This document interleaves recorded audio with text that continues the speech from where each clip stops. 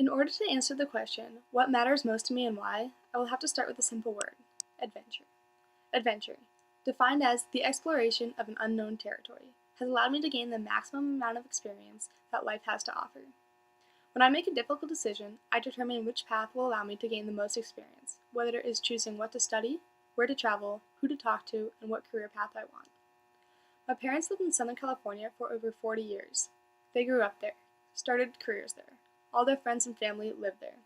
However, when my parents visited Jackson Hole, Wyoming, and saw the great potential it had for nourishing a childhood like mine, they took their 4 kids, left everything they knew, and moved 1,000 miles across the country to a small town in Wyoming.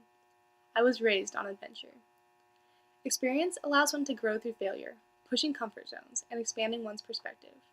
When I declared a major in mathematics, I was scared. I performed only slightly above average in my high school math classes, yet I knew I would be up against math geniuses for the next 3 years of my life. But I knew that if I failed, I would have pushed my intellectual limit, and it is pushing limits like this that make for a wonderful adventure. This summer, I received an invitation to trek through Nepal for 3 weeks. My friend, who had grown up across the street from me, was born in a distant village high in the Himalayas. He would return yearly with his American parents to visit his biological family, making the 10-day trek to reach his birth home. This summer, he invited me. It was the opportunity of a lifetime. I'd planned to overload on summer classes, maybe taking on an internship too. To focus on my career, I had decided to stay in Santa Clara. And then I talked to my grandmother. "Go," she said. "What an incredible opportunity." Although it was a short talk, I ate up every word of hers. She's lived on this planet for over 80 years, and by the way, who doesn't take advice from their grandparents? I learned more during those 3 weeks than I ever could have in an internship or an extra summer class.